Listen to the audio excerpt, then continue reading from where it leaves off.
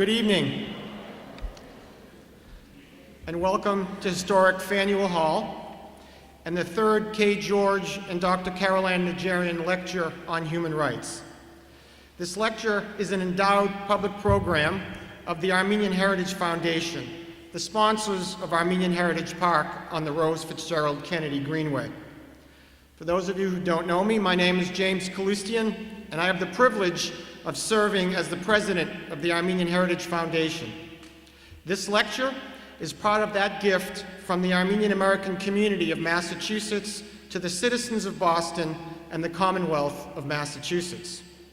It's my pleasure to introduce to you our guests on the dais. Dr. Carol Ann Najarian and her husband George, the benefactors of this lecture, Dr. Joyce Barsom, and our speaker this evening, Ambassador Edward P. Djerejian.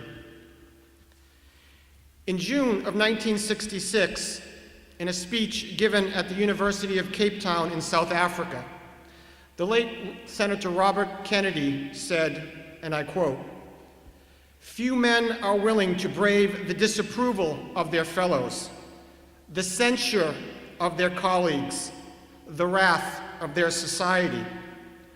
Moral courage is a rarer commodity than bravery in battle or great intelligence, yet is the one essential, vital quality for those who seek to change a world which yields most painfully to change. I believe in this generation, those with the courage to enter the moral conflict will find themselves with companies in every corner of the world," end quote. It is with that same spirit of hope and companionship that the great immigrant communities of Boston and the Commonwealth came to these lands seeking to better life, not only for themselves and their families, but for the generations to come after them. And it was with that same spirit of hope that on May 22nd of this year, we dedicated Armenian Heritage Park on the Rose Fitzgerald Kennedy Greenway. For those of you who were with us, and there were many, it was a day to remember. Among the many things that made that day special was the fact that the overflow crowd truly was representative of the immigrant tapestry that is Boston.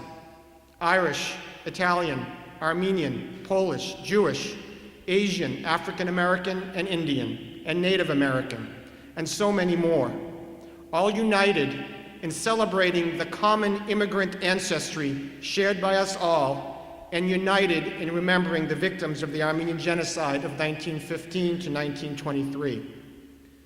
Today, one has only to look at that same continent of Africa where Senator Kennedy gave his famous address, to Darfur and Rwanda, to see that human injustice and oppression still exist in our world. And that is why we, as the Armenian American community of Massachusetts and Boston, who have experienced and triumphed over oppression and injustice, have endowed and dedicated this lecture series on human rights, so that all people, regardless of race, ancestry, or gender, and as Senator Kennedy said, may find the courage to enter the moral conflict and find themselves with companions in every corner of the world. On behalf of the Armenian Heritage Foundation and our lecture committee, I want to acknowledge and offer thanks to our co-chairs and numerous partnering organizations that are listed in the back cover of your programs. I would also like to acknowledge Ruben Shugarian, Armenia's first ambassador to the United States, and currently teaching at the Fletcher School, and Fletcher School Dean Stephen Bosworth, the former US ambassador to Tunisia, the Philippines, and South Korea, and most recently serving as President Obama's special envoy to North Korea. We are also delighted that our benefactors, our North End Waterfront and Warsaw District friends, as well as leadership from the Commonwealth, the Greenway Conservancy, and the City of Boston have joined us this evening. Our first speaker is Dr. Carol Ann Najarian. K. George and Dr. Carol S. Najarian are well-known and highly regarded philanthropic leaders, both in Greater Boston and in the Republic of Armenia. In 1989, in response to the earthquake that devastated Armenia, they helped to establish the Armenian Health Alliance, a Boston-based nonprofit organization to provide direct medical relief to the victims of the earthquake. At the time, Dr. Najarian left active medical practice to volunteer full-time as president of the Armenian Health Alliance. The Najarians' more local philanthropic activities include establishing scholarships for students at Boston University School of Medicine, Queens College, and Cambridge Ringen Latin High School, as well as support for nonprofits including the Food Project, Facing History in Ourselves, and the Salvation Army. Today, we again acknowledge and express our sincere appreciation to the Najarians for their generosity in endowing this lecture, a program of the Armenian Heritage Foundation. Please join me in welcoming Dr. Carol Ann Najarian.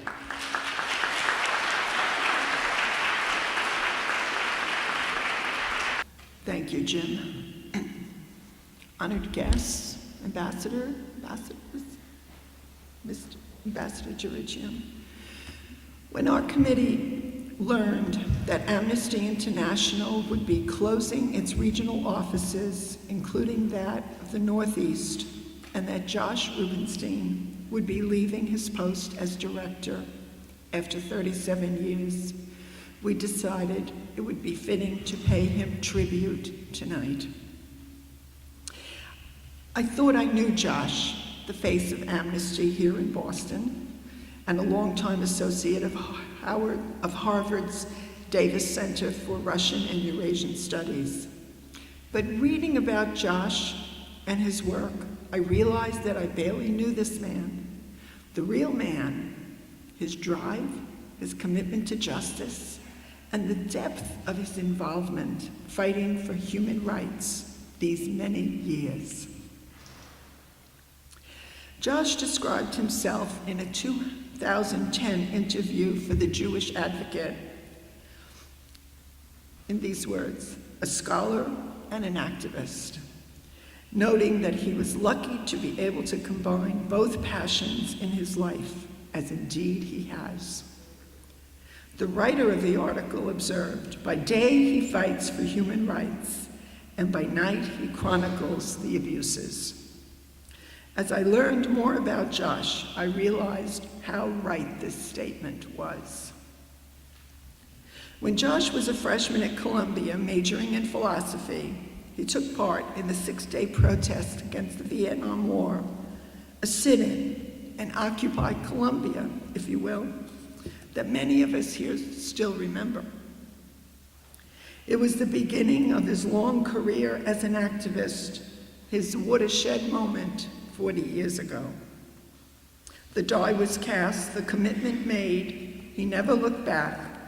His development into a human rights activist was set on course, though not entirely obvious at the moment. In 1972, when Josh moved to Cambridge, Mass., he had hopes of becoming a fiction writer. But soon that dream gave way to writing reviews of books with Russian themes. A natural for him, as he had studied Russian while at Columbia and had even been to Russia as part of a language study tour. In 1974, his first review was published in the New Republic. It was of Solzhenitsyn's The Gulag Archipelago. The New Republic gave it a bad heading. The plight of Soviet Jewish dissidents already on his mind, he became one of those from the West, willing to take risks, traveling back and forth to the Soviet Union, smuggling documents and reports out in support of these brave poets, writers, and scientists. Close relationships developed with many of the dissidents, including Andrei Sakharov and his wife, Elena Bonner.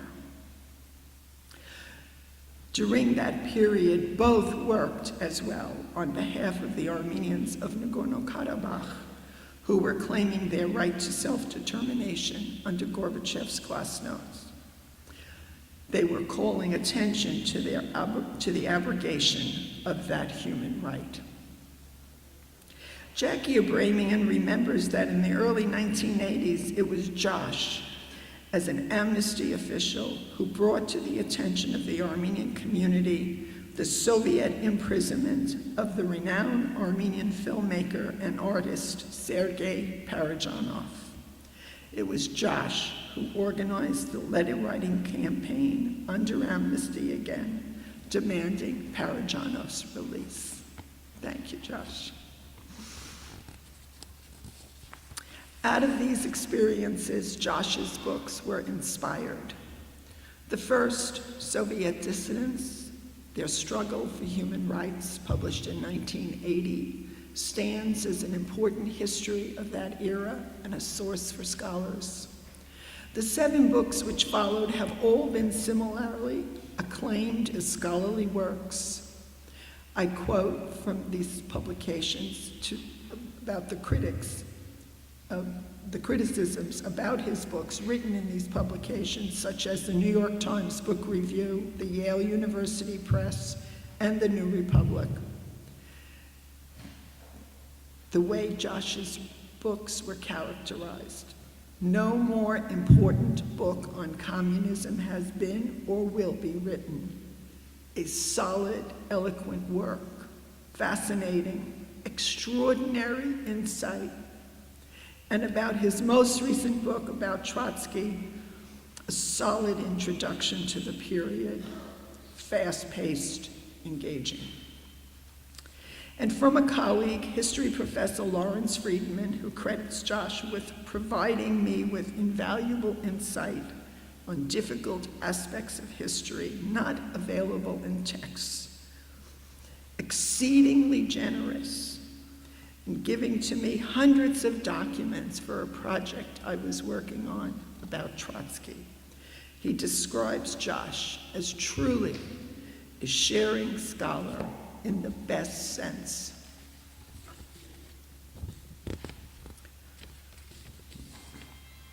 There seems to be no aspect of the struggle for human rights in which Josh has not actively participated. Much of it carried forward as a leader within Amnesty.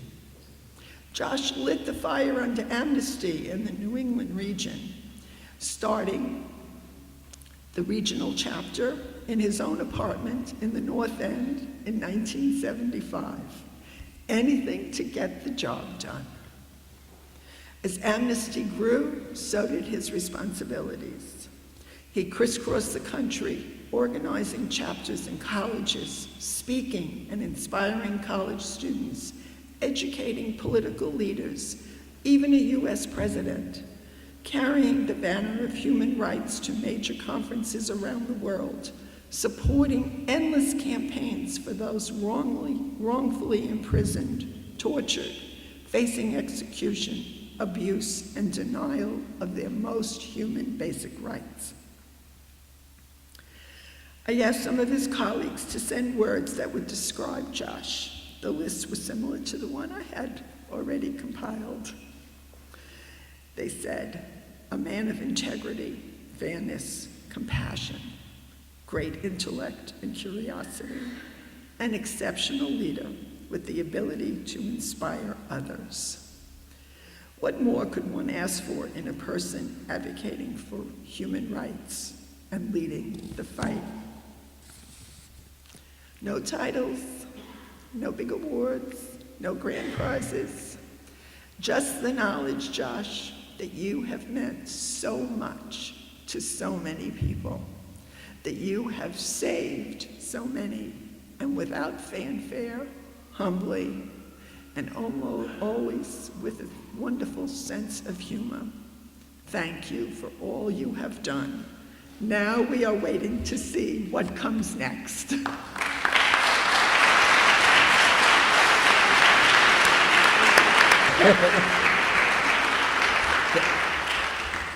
Caroline just whispered to me that she hoped that she didn't embarrass me.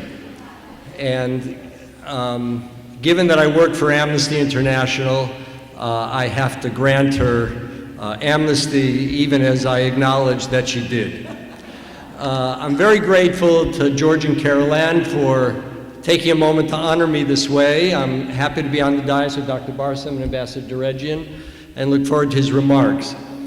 Let me just share a couple of anecdotes about my work these 37 years that gives you just a taste of what it's been like. Caroline mentioned that a year into my tenure with Amnesty in the fall of 1976, I was asked to begin organizing in the Midwest and South, on top of what I was doing in New England. And at that time, Amnesty was very little known. And my very first trip was in the fall of 1976, where I went first to Pittsburgh and then the day later to Cleveland. And we had prepared for the trip and that we would have a public meeting to form an Amnesty chapter in Pittsburgh at the Thomas Merton House. And that morning I was on Pittsburgh AM, the local TV show. And I was in the green room with the late Bella Abzug, who was campaigning for president for Jimmy Carter, Governor Carter, who was running for president, challenging President Ford. And it was my time to come out from the green room and be interviewed. The host introduced me as coming from Amnesty Incorporated and wanted to know our opinion of the Nixon pardon. I immediately corrected him and took a minute or two to explain why I was in Pittsburgh and what our work was, and I didn't want to give him a chance to further confuse the television audience. Another one of my assignments was I spent 2 months in Israel in the fall of 1985 reorganizing Amnesty's section there. We opened an office in Tel Aviv. I trained a staff member. I had lived in Israel for a year after college, so I do speak Hebrew fluently. And part of the work was lecturing about Amnesty and helping the Amnesty section develop a visibility in the country. And I was lecturing and talking to people about our work in a small town in the Galilee. It was nighttime. And there's a tradition in Israel, it's virtually a law, that no matter how small a community you're in, someone has to be on guard all the time. And there must be at least one armed guard. And we all understand, unfortunately, why. And in the middle of my talk, I was having a discussion with people about our work on capital punishment, on the death penalty. And Israel is a country that does not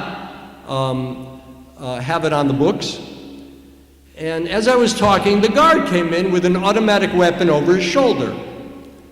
And he began arguing with me about the death penalty. And I have to say, it's the only time I've had to argue about the death penalty with someone carrying an Uzi automatic weapon.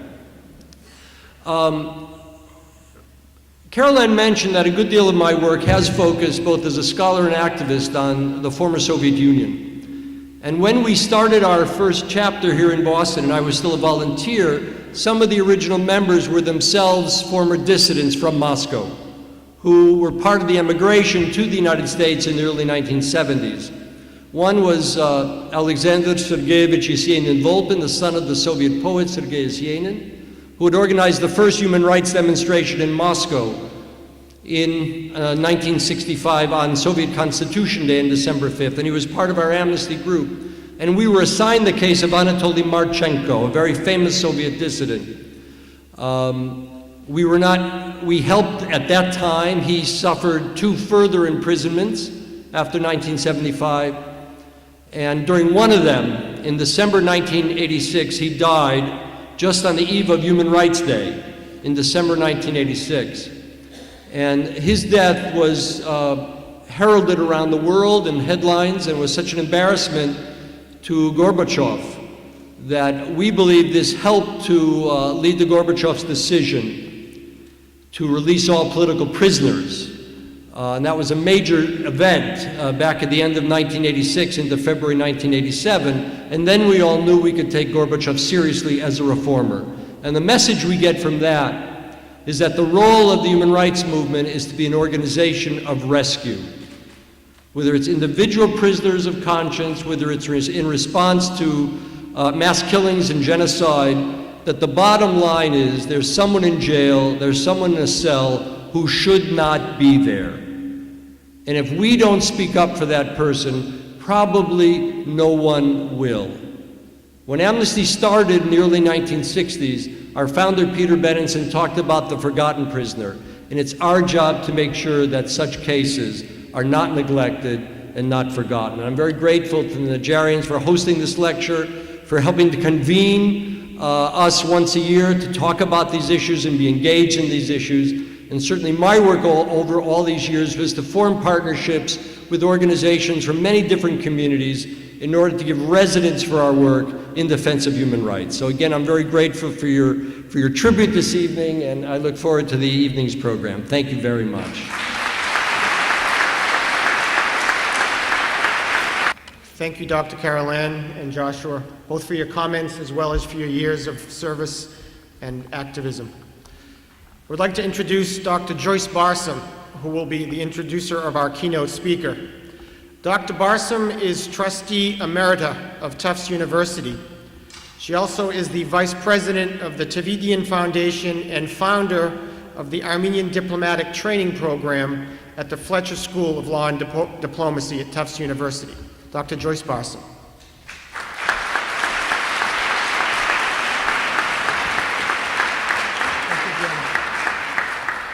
Thank you. On behalf of the lecture committee of the George and Carol Ann Najarian lecture series on human rights, I'd like to add my welcome to all of you to this magnificent historic Faneuil Hall. It's such a pleasure to be here together. Distinguished guests, ladies and gentlemen, it is indeed my privilege and my pleasure to introduce our speaker today, United States Ambassador Edward Djerejian, the founding director of the James A. Baker III Institute for Public Policy at Rice University in Texas. Prior to becoming the Baker Institute's founding director, our speaker was one of the most prominent diplomats in the United States Foreign Service, I think it's fair to say. In a distinguished career spanning the administrations of 8 United States presidents, he rose to positions as critical as United States Ambassador to the Syrian Arab Republic, United States Ambassador to Israel, Assistant Secretary of State for Near Eastern and South Asian Affairs for both the George H.W. Bush and the Clinton administrations. He is, without exaggeration, one of the nation's foremost experts on the Middle East and the Arab-Israeli conflict. And given the current state of global affairs, I think it's fair to say that we are indeed fortunate to hear him speak and to benefit from his wisdom, his judgment, and his direct experiences. Since leaving government service, Ambassador Djerejian has continued to play an active part in advising U.S. policymakers. He was asked by then Secretary of State Colin Powell to chair a congressionally mandated bipartisan advisory group on public diplomacy in the Arab and Muslim world.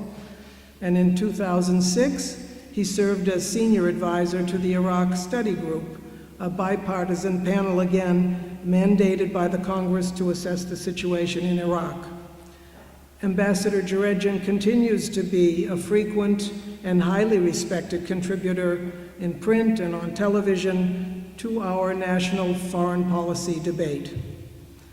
And he is the author of the book, Danger and Opportunity, an interesting juxtaposition, An American Ambassador's Journey Throughout the Middle East, published in 2008 by Simon & Schuster, which recounts some of his adventures as American ambassador in the Middle East.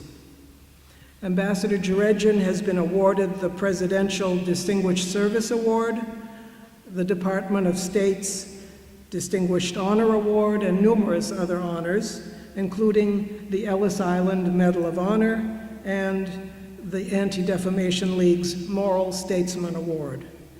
In 2011, he was elected a Fellow of the American Academy of Arts and Sciences and named to the Board of Trustees of the Carnegie Corporation of New York. Ambassador Djerejian is a first-generation Armenian American and the son of survivors of the Armenian genocide. He is one who has said that he has always felt he had a responsibility to give back to the United States for his parents' sake, because this country gave them the opportunity as immigrants to survive and flourish here. His life is an extraordinary example of the kind of achievement, leadership, public service, and yes, commitment to human rights that the Najarian Lecture Series and the Armenian Heritage Park seek to highlight and celebrate. And so, ladies and gentlemen, I'm so proud to present to you Ambassador Edward Djerejian.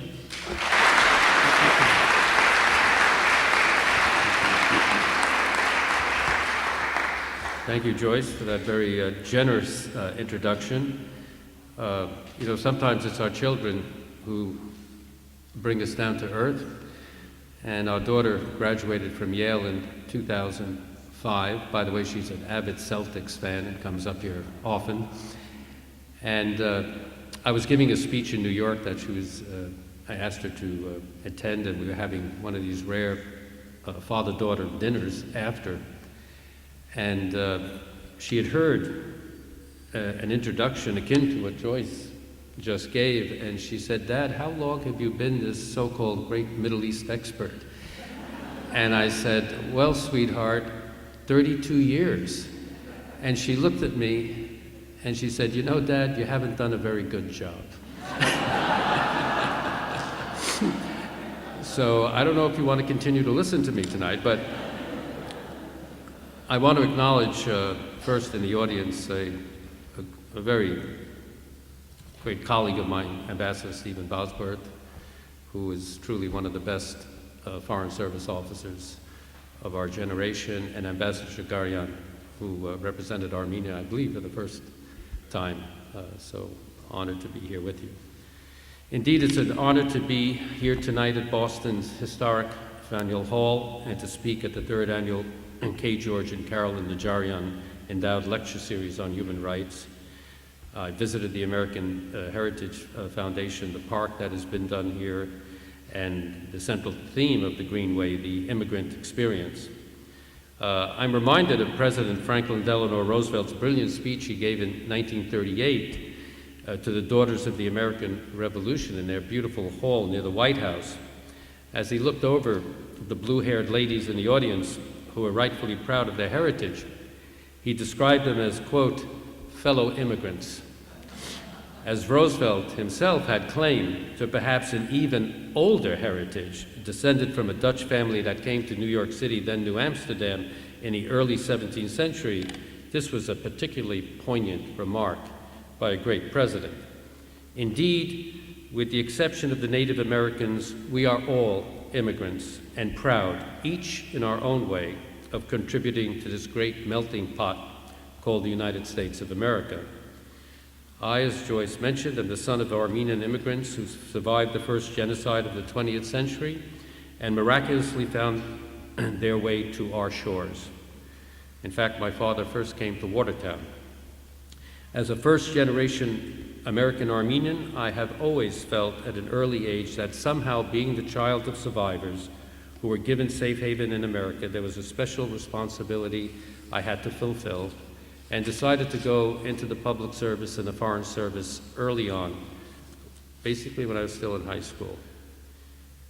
The subject of my remarks this evening is an American ambassador's reflections on U.S. foreign policy in the Middle East and the Caucasus. Accordingly, I would like to share with you the insights of a foreign policy professional who has served at home and abroad, and to comment on the foreign policy formulation process as it pertains particularly to United States policies in these regions of the world. In a general sense, United States foreign policy has two basic points of reference. The first source of policy is our adherence to and propagation of American values and principles as embodied by our founding fathers in the Constitution and the Bill of Rights. Supreme Court Chief Justice John Roberts was just at Rice University earlier this month as part of the university's centennial celebration and was asked what, in his view, was the most important part of the United States Constitution. And without hesitation, he replied, the very beginning, we the people. Indeed, that is the revolutionary concept, not we the founding fathers, nor we the state, nor we the party. The sovereignty of the people and their individual rights are at the heart of our democracy, along with the concepts of life, liberty, and the pursuit of happiness, the rule of law, equality before the law, and equality of opportunity, amongst other rights, such as freedom of speech and association. These are fundamental human rights. These concepts translate themselves into our foreign policy and our public diplomacy, where we strive to listen, learn, inform, engage, and influence foreign audiences using this set of principles. In a broad sense, this policy approach, as many of you know, is called Wilsonianism, after our 28th President Woodrow Wilson, who famously proclaimed that the world must be made safe for democracy. Wilsonianism advocates for an active global role by the United States through the spread of democracy, the opening of global markets, and the creation of an international organization based on democratic principles and dedicated to keeping peace, at the time, the League of Nations. Our human rights agenda overseas falls under this broad category. The other point of reference in United States foreign policy formulation is our national security interests, sometimes referred to as the realist school. Here, the major factors influencing policy are geopolitics, economic and commercial interests, political-military considerations, energy interests, counterterrorism, cybersecurity, to name a few. Realists believe that sovereign states are the principal actors in the international system and that international organizations play a secondary role. Contemporary proponents of this school of thought include Hans Morgenthau, Henry Kissinger, President Richard Nixon, and others. So United States foreign policy formulation is a creative tension between these two pillars of idealism and pragmatism. This tension dates back to the very earliest years of the Republic and may be found, for instance, in the debate between Henry Clay and John Quincy Adams on the role of the United States in supporting the independence movements in Latin America. I'm sure some of those debates took place in this hall. On some issues and points in history, these two pillars have aligned, as in Ronald Reagan's confrontation of the deplorable record of human rights and human dignity in the Soviet Union. At other times, the course of idealism and pragmatism diverge. James A. Baker III, the honorary chair of the institute of which I'm the founding director, accommodates the two trends by using the phrase principled pragmatism. And to understand more profoundly United States policy toward the Middle East, the Arab awakening, and the Caucasus, one must indeed take these two schools of thought into consideration. So in this context, allow me to offer some thoughts first on the United States Middle East policy and the Arab awakening. Then I will make some remarks on United States policy toward the Armenia and the Caucasus. Early on, when the phenomenon called the Arab Spring erupted in the beginning of 2011, I was asked by a New York Times correspondent, how do you characterize this? And I'm usually trained as a diplomat, I'm not given to exuberance in what I say publicly, but I was exuberant. I called it a tectonic shift in the political landscape of the Middle East. And I believe that that is the case. This is one of the most significant geopolitical developments in contemporary history, what is happening in the Middle East. We are basically witnessing the end, the true end of the post-colonial period in the Middle East. What do I mean by that? Well, if you look at the evolution of the contemporary Middle East, if you want to understand the primary source of many of the conflicts in the Middle East, all you have to do is study the Sykes-Picot agreements of 1916 and 1922 and how basically the French and the British colonialists and the Italians divided up the Middle East according to their own colonial aspirations and interests. And if you look at that, some of the most contemporary conflicts that we are involved in can stem back by the divisions and the lines in the sand that were drawn by the colonial powers. Be it Greater Syria, the divisions of Lebanon and Syria, and the tensions between Syria and Lebanon that we witness to this day, Israel and Palestine, the British mandate on Palestine between the Jewish nation, Arab nation in that small piece of land, carving at the time Transjordan out of whole cloth, calling it the Kingdom of Jordan, to satisfy the Emir Abdullah for helping the British during the war against the Ottomans. Gertrude Bell going to Iraq and drawing lines in the sand and creating what is now the modern state of Iraq. They also cut that line, and the British made Kuwait independent. Saddam Hussein invaded Kuwait for entirely different reasons. And we went to war in Desert Storm. But the Iraqis never considered Kuwait historically to be an independent entity. I could go on and on. But the important thing is that the legacy, this legacy, has really formed the contemporary problems that we're looking at. Now, after World War II, these countries became independent.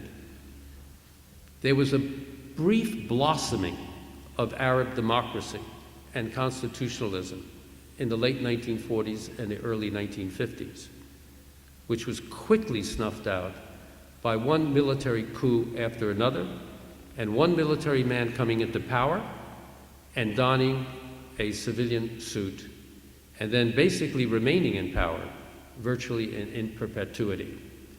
This led to the oligarchies, the autocracies, and even the kleptocracies. For example, I characterize the regime in Syria as a kleptocracy. So, from World War II on to the Arab Spring, democracy was fundamentally repressed,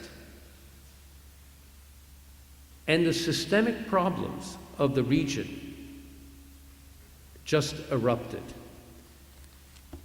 Let me read you what an Arab leader about 3 years ago said. This is not a Western source. Said about the state of his Arab world. This is a very prominent leader. More than half of the 300 million residents of the Middle East are under 25 years of age. Unemployment is a problem affecting all 22 member states of the Arab League, but it is most conspicuously a youth issue. 50% of the jobless are under age 25, roughly double the world average. Women have a particularly different problem and challenge in finding jobs. 65 million adult Arabs are illiterate, and 2/3 of them are women. More than 10 million Arab children between the ages of 6 and 15 are still not enrolled in any schooling, and on current trends, this number will increase by 40% over the next decade. Listen to this statistic. It's the last one I'm going to give you. The total expenditure on conflicts in the Middle East in the last 6 decades has exceeded $3 trillion. The per capita expenditure on education of the Middle East's 22 nations has shrunk in the last 15 years to 10% from 20% of what the world's 30th wealthiest countries spend. So, when in Tunisia, in a small village in southern Tunisia, this young man, this young vegetable and fruit vendor, was humiliated by a local police officer, it was for this young man the tipping point in his life. He was the victim, like millions of others in the Arab world, of these systemic problems. He went out and he committed suicide by immolating himself. Little did he know that when he struck that match, that fire would spread not only throughout Tunisia and unseat the president of Tunisia, Ben Ali, but rapidly spread to the most important Arab country in the world other than Saudi Arabia, to Egypt, and unseat a very entrenched and very prominent Arab leader, Hosni Mubarak. Now, what is amazing about the Arab awakening and the Arab Spring is that there was no leadership. Neither individuals nor political organizations, either secular or religious. It was truly a grassroots phenomenon and a youth phenomenon in most of its aspects. In fact, in Syria,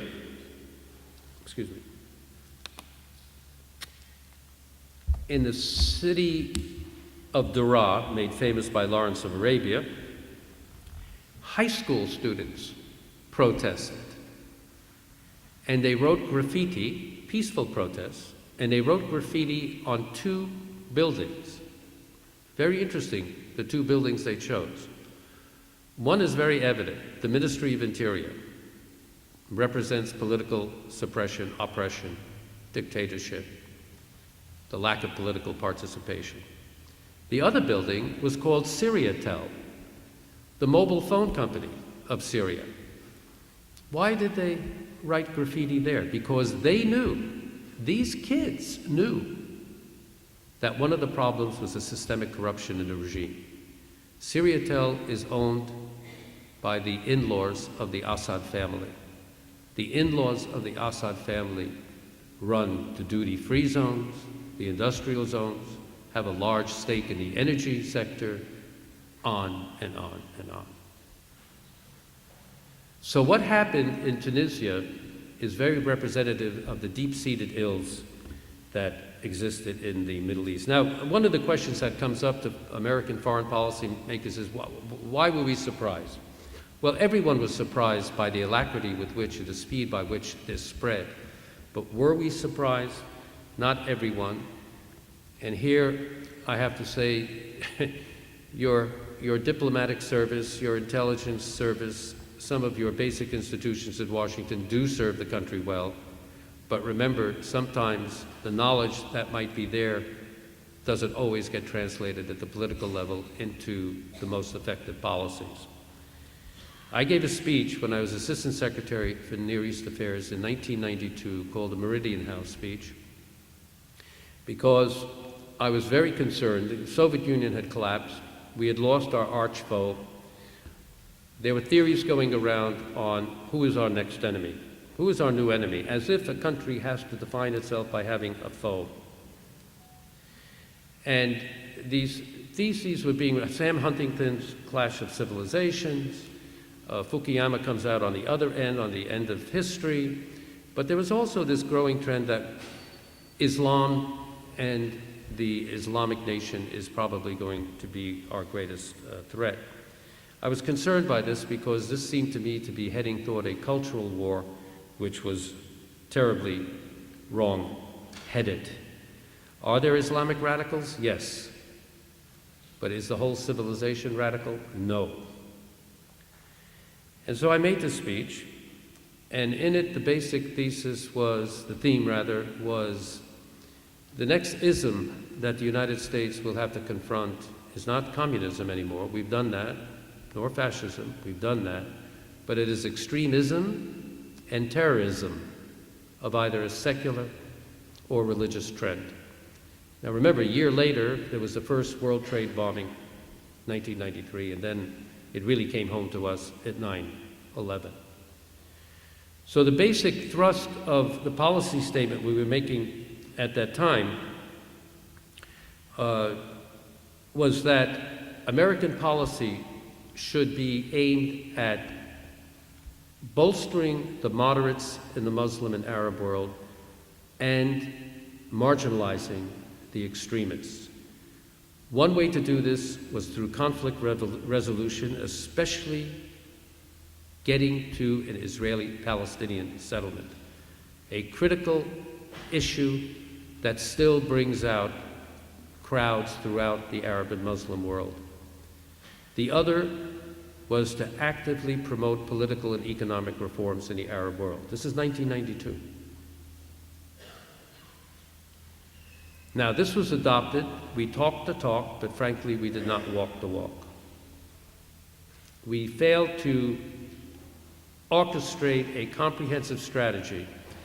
And we were I think we were clear-eyed on this also, because one of the things said in the speech is that we cannot parachute a Jeffersonian model of democracy into the sands of Arabia.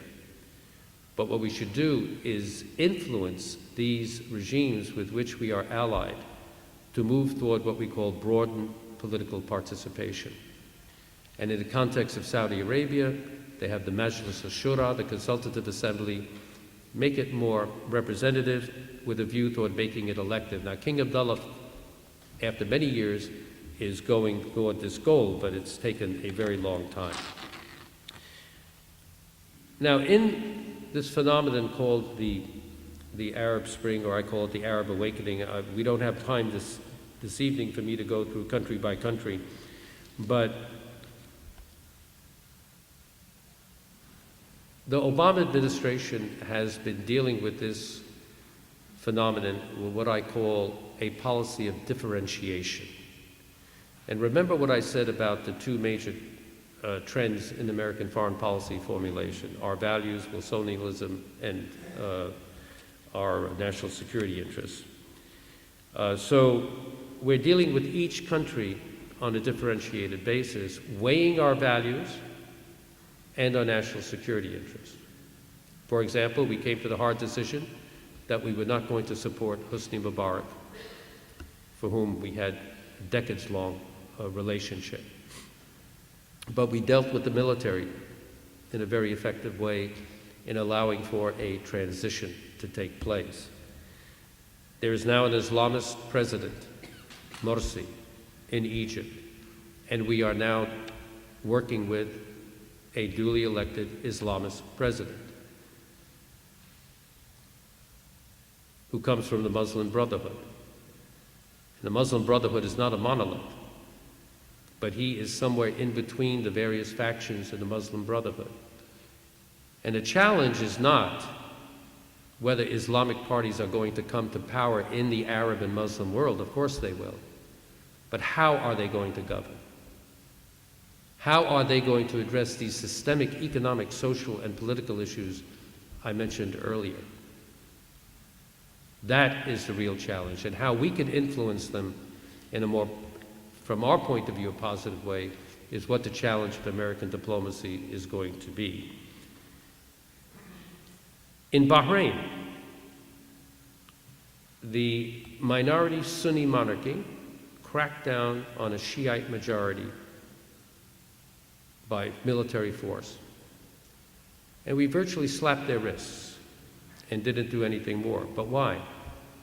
Well, first, Saudi Arabia was supporting the Bahraini monarchy. Saudi Arabia is a key ally, the major spare capacity producer of oil in the world.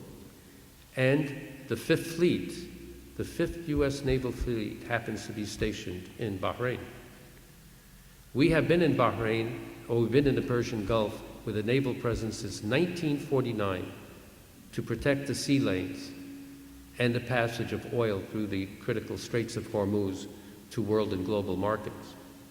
So again, you can see whereby we were more, if you will, assertive towards certain countries in the Arab world on the human rights field.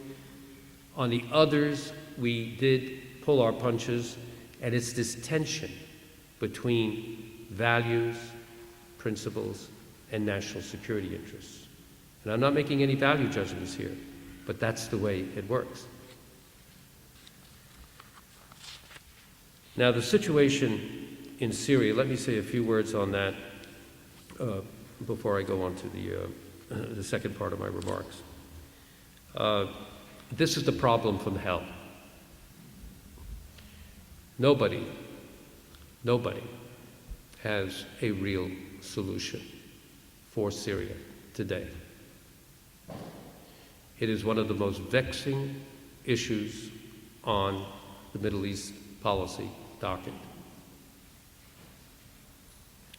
This regime thinks it's winning, and major parts of the opposition think they are winning.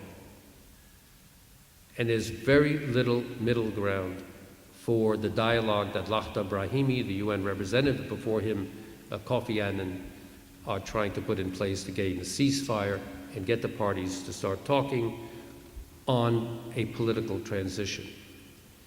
There's no doubt in my mind that we are on the verge of a post-Assad era, but when that happens is anybody's guess. When I served as ambassador to Syria, the father, Hafez al-Assad, was the architect of this regime. He was one of the most Machiavellian strategic thinkers. This is what Henry Kissinger called him. He put into place a hermetically sealed ruling elite that we're seeing how strong it is under all this pressure today. It's clan-based, it's family-based, it's military security-based, and it is very resilient. Bashar al-Assad, the son, is not his father. We dealt with his father quite effectively. We had a strategic dialogue with him in the 90s. We accomplished a lot with him. Desert Storm, ending the civil war in Lebanon, getting him to Madrid for direct face-to-face negotiations with the Israelis, freedom of travel of Syrian Jews. We did a lot. But as Yitzhak Rabin told me before I went out there as ambassador, he said, when he says yes, the old man, it's yes. When he says no, it's no. But if you leave a loophole in your agreement with him, Ed, he'll drive a tank through it. And that's exactly the best characterization of the father. In fact, I told this story to him my last day in Syria, because it was my last day in Syria. I didn't care anymore. I said, Mr. President, by the way, do you want to know what Yitzhak Rabin told me about you when I first came out here? And he smiled. He said, yes. So I told him the story. And so he was sort of like, slight smile on his face. I said, well, do you agree with him? He said, you can tell Yitzhak Rabin this is the only thing I agree with him on. I'll tell you one more story about Hafez al-Assad, because it goes to human rights and democratization. I was having a meeting with him, and he had just been reelected for another 7-year term. He got 99.44% of the vote. 99.44% of the vote. I said, congratulations. I said, Mabruk ya Sadat al-Rais. I said, congratulations, this is a phenomenon. I said, there are American politicians who would die to have numbers like this. And he kept saying, thank you, thank you. And I said, may I ask you a question? He said, yes. I said, do you know who the 0.44% who didn't vote for you?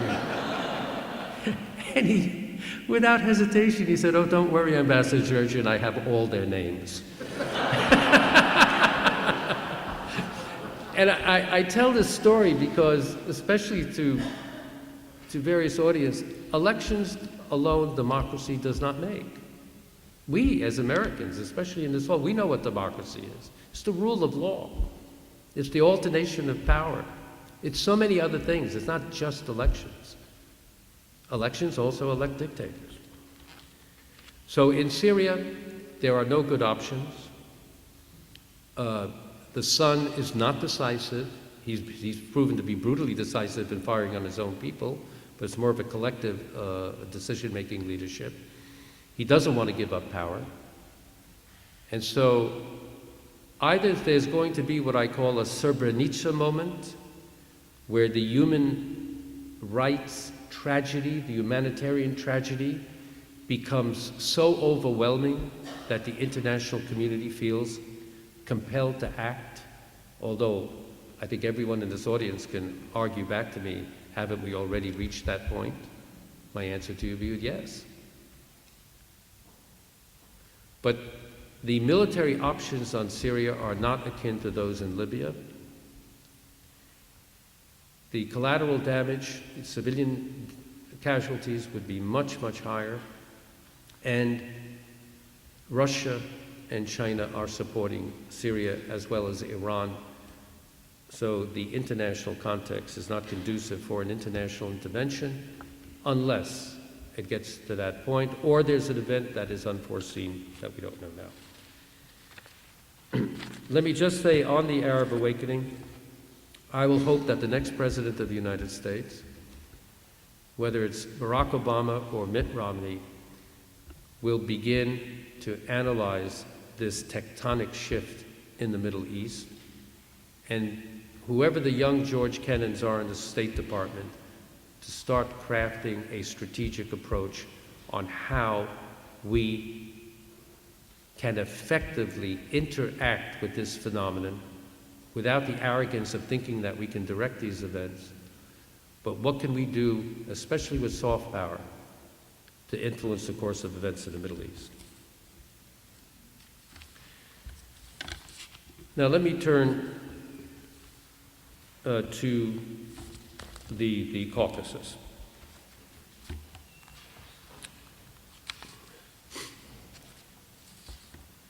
I'll have a special focus on Armenia and its neighbors. Again, the same basic factors, the two basic trends I mentioned earlier, idealism and Wilsonianism on the one hand, and U.S. national security interests and pragmatism on the other, are at play here. At this 20th anniversary year of the opening of the U.S. Embassy in Yerevan, we can take stock of Armenia's situation domestically and internationally, and the bilateral relationship between the United States and Armenia. Then Secretary of State James A. Baker III made a historic visit to independent Armenia in February 1992. And President George Herbert Walker Bush stated that 1992 was a period of possibilities and hope for the people of Armenia and the world. The challenge, he said, was to sustain the peace. These are important words. To sustain the peace and build a more prosperous and democratic future. This remains exactly the challenge Armenia faces today. The challenge for Armenians and Armenian throughout the diaspora is to work together to ensure that Armenia realizes the true fruits of independence by evolving as a truly democratic state, living under the rule of law, providing its people with economic prosperity and security, and pursuing an enlightened foreign policy that maximizes Armenia's great potential to be a cultural, economic, commercial, scientific, and democratic center in the Caucasus, and a regional bridge between the North and South, and the East and the West. In this respect, United States policy toward Armenia and the region is to promote democratic institutions, economic and social development, and conflict resolution. United States policy is guided, again, by both the Wilsonian impulse for democracy and human rights and its national security interests in the region, which incorporate its relationships not only with Armenia, but with Turkey, Azerbaijan, Georgia, Russia, amongst other countries. At times, as you can well imagine, this becomes a delicate balancing act, given the United States' position as a global power. However, the United States has undeniably made a concerted effort to help Armenia during its difficult transition from totalitarianism and a command economy to democracy and open markets.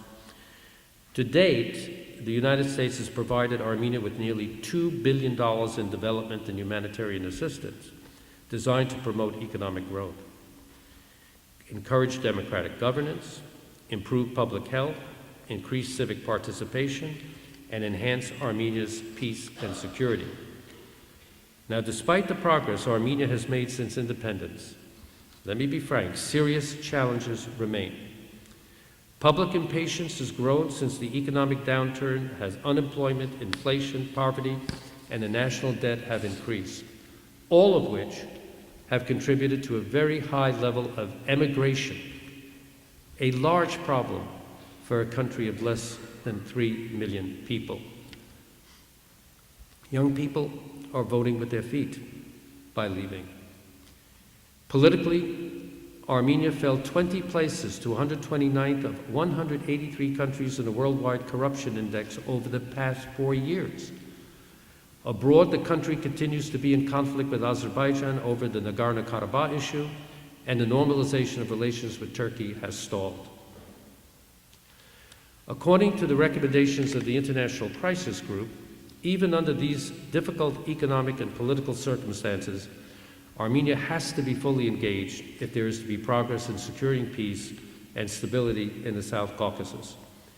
Not distracted by deep domestic political conflict, institutional breakdown, and lack of popular trust.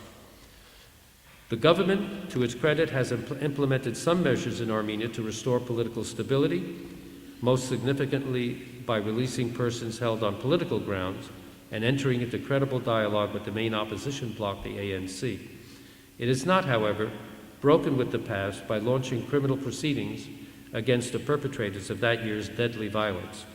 While some international organizations consider the chapter closed, it continues, sadly, to polarize segments of Armenian society. In my mind, the role of the Armenian diaspora in supporting Armenia's evolution is critical. Armenians living in countries which enjoy the fruits of liberty, democracy, and the private sector economies want, I am convinced, for Armenia to evolve as a strong and stable democracy endowed with freedom and the rule of law as the hallmarks of the Armenian political system.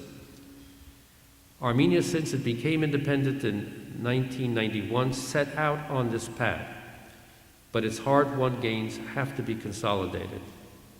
These are democratic ideals. They're real values that Armenians, both in Armenia and the diaspora, hold to be dear. So we as Americans must be true to our own values and must be strong advocates of democracy in Armenia. And democracy and economic reform go hand in hand, as we know so well. The diaspora has a role and must promote Armenia's business environment, economic development, and foreign investment in a more even and transparent manner. Although several diaspora investors, as well as around 70 United States-owned firms, are active in Armenia, much more needs to be done to encourage and facilitate investment from other Armenians in the diaspora who live in Europe, the United States, Latin America, and the Middle East. The domestic challenges facing Armenia are exacerbated by the international situation the country finds itself in. The Russian-Georgian conflict destabilized the Caucasus region and beyond. Russia is asserting itself in the near abroad, especially under Putin. While Armenia's relations with Russia will remain very important, Armenia must avoid becoming over-dependent on one country, on Russia.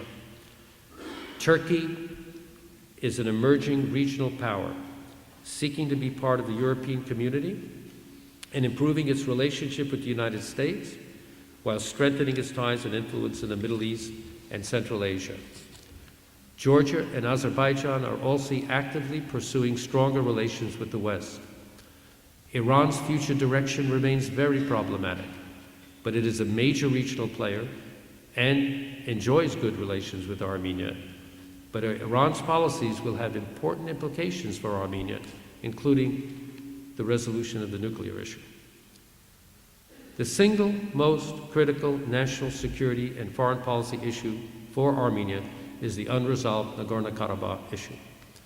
In a recent report on security in the South Caucasus, the Regional Studies Center, a leading think tank in Armenia, concludes that the risk of war by accident based on threat misperception and strategic miscalculation is being exacerbated by a steady upsurge in tension. These factors are impeding diplomacy and mediation, which make it difficult to de-escalate and climb back down from entrenched positions on both sides.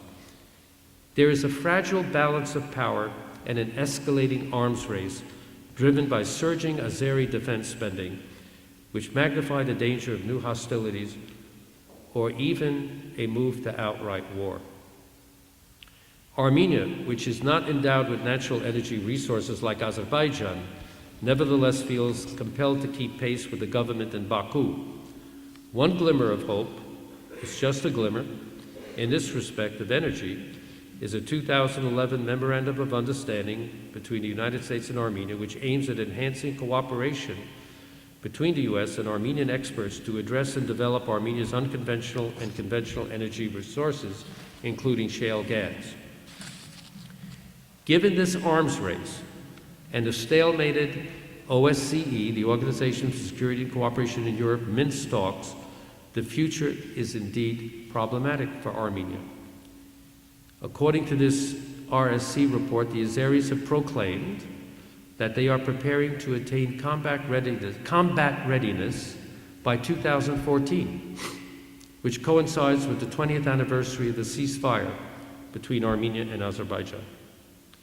This time frame is also geared toward a possible Turkish-Armenian talk resumption, Turkish Prime Minister Erdogan's possible bid for the presidency in 2014, and the impact of an estimated Azeri oil peak in 2014, although Azerbaijan has substantial gas reserves. So while Azerbaijan is not now ready for war, it is preparing for war, moving from bluff and bluster to real operations and possible renewed hostilities. This problematic situation can be turned into an opening for diplomacy and negotiations. The emphasis must be on conflict resolution, not just conflict management, which only delays addressing the core issues. In short, every effort must be made to enlarge the constituencies for peace in Armenia, in the diaspora, in Azerbaijan, in Turkey, and in the international community. So let me make clear that the time ahead is a time for diplomacy. And while there is now a window of opportunity, that window will not remain open for too long, and the diaspora should strongly discourage the false idea that time is on Armenia's side. Looming large in the background of this overall situation is the strategic importance of Armenian-Turkish relations. Two major issues impede the establishment of these relations and historic reconciliation: the failure of reaching a negotiated agreement on Nagorno-Karabakh, and the issue of the Armenian genocide, the first of the 20th century. In my opinion, the most pragmatic way to address the issue of the genocide is in the context of state-to-state relations between the Republic of Armenia and the Republic of Turkey. What needs to be done is for all parties to engage in the process of reconciliation. Armenia cannot hope to achieve enduring peace and prosperity without full and normal diplomatic relations with Turkey. To its credit, the Armenian government has called for precisely that. I've been encouraged by Armenia's readiness to establish diplomatic relations with Turkey and the opening of the Turkish-Armenian border without preconditions. President Sarkisyan's bold initiative with Turkish President Gül in 2009 in soccer diplomacy and their reciprocal visits were acts of statesmanship in an effort to explore a real improvement in bilateral relations. So this is not only in Armenia's interest, but it's also in Turkey's interest. The establishment of full and normal relations with Armenia can enhance significantly Turkey's international standing and foreign policy goals, for example, with the European Union. The protocol on the establishment of diplomatic relations and the protocol on the development of bilateral relations between the Republic of Armenia and the Republic of Turkey were signed on October 10, 2009. The protocols represented an unprecedented advancement in relations between Turkey and Armenia. However, failure to ratify them has been a significant bilateral, regional, and international setback. Nevertheless, they remain a way forward, and every effort must be made to revive the diplomatic process. We must encourage the next United States administration, be it Obama or Romney, to take the lead in moving this process forward. The process is just stalled. My friends, it is, as I said, the time for diplomacy and dialogue. Let us in the diaspora work to encourage the leaders in Armenia, Azerbaijan, and Turkey to take the path of statesmanship with the strong support of the international community and the Armenian diaspora. The stakes are simply too high for Armenia and other countries of the region, and indeed for the international community. We Armenians, and I speak here near Heritage Park, can never forget the past. To do so would be to deny ourselves. Our tragedies and triumphs, after all, are what made us the people we are today. The Armenian genocide, in particular, casts a long shadow over our history. And it is only right that we mourn those who died, commemorate those who were displaced, and seek acknowledgement of the horrors that befell them. Yet, I firmly believe that our first duty is for the future, and above all to the youth of the Armenian people and the youth of Armenia. We must do all we can to ensure that they enjoy lives of peace, not war, of abundance, not privation, of freedom, not oppression. This is the challenge of historic reconciliation, akin to what Nelson Mandela achieved in South Africa. Mandela is a hero of our time. We need leaders who can emulate him, not only in the Caucasus, but also in the Middle East and way beyond. So allow me to leave you with one thought and question, especially in this forum of the Human Rights lecture series. What higher human rights can there be for Armenia but that its people enjoy domestic tranquility, prosperity, and social justice, and live in peace and security with all its neighbors? This is the higher goal we should all be striving for. Thank you.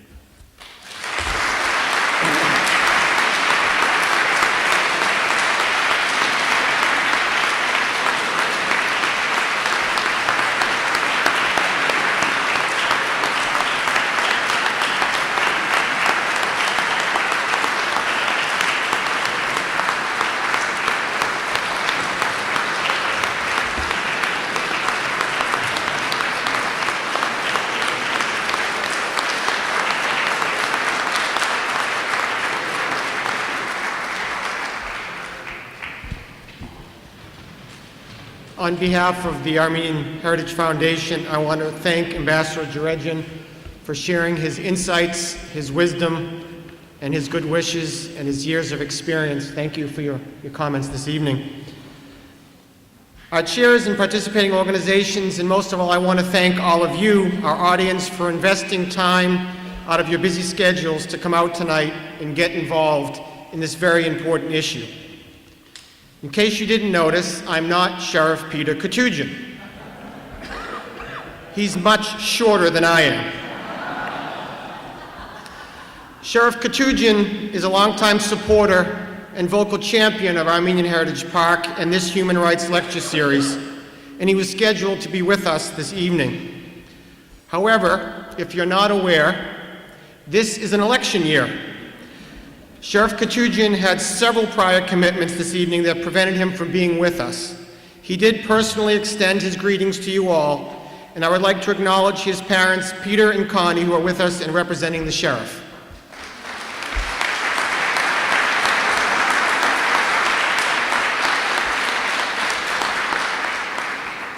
As was previously stated, through this annual lecture series, it is our hope that we can bring awareness to important issues of human rights. Unfortunately, these issues may often, but not always, be enveloped in politics and controversy.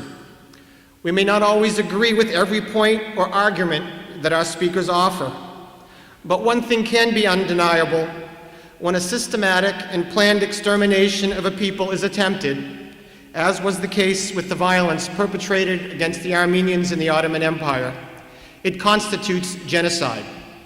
We cannot deny this, and we must not, as Americans, allow this to be forgotten. Shortly after World War I and the Paris Peace Conference, then President Wilson sent a U.S. commission to Armenia and to the Ottoman Empire to evaluate and better understand the plight of the survivors of the genocide perpetrated against the Armenians. When General Harbord, who led the American military mission, was asked to comment, he replied, and I quote, "When the final decision is made that we as a nation will take no part in solving the problems of this region, there will be no member of our American military mission who will seek the duty of explaining our attitude to a wondering world.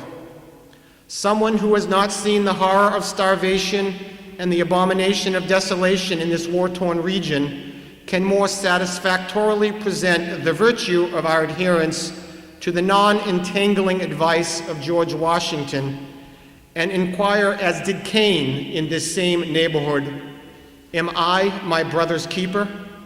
End quote.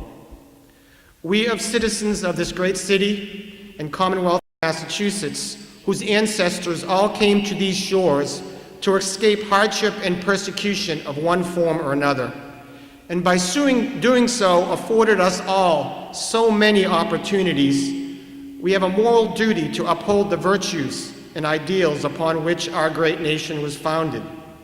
We must loudly and consistently speak out against atrocities and injustices like genocide. Thank you again for being with us this evening, and travel safely. Thanks.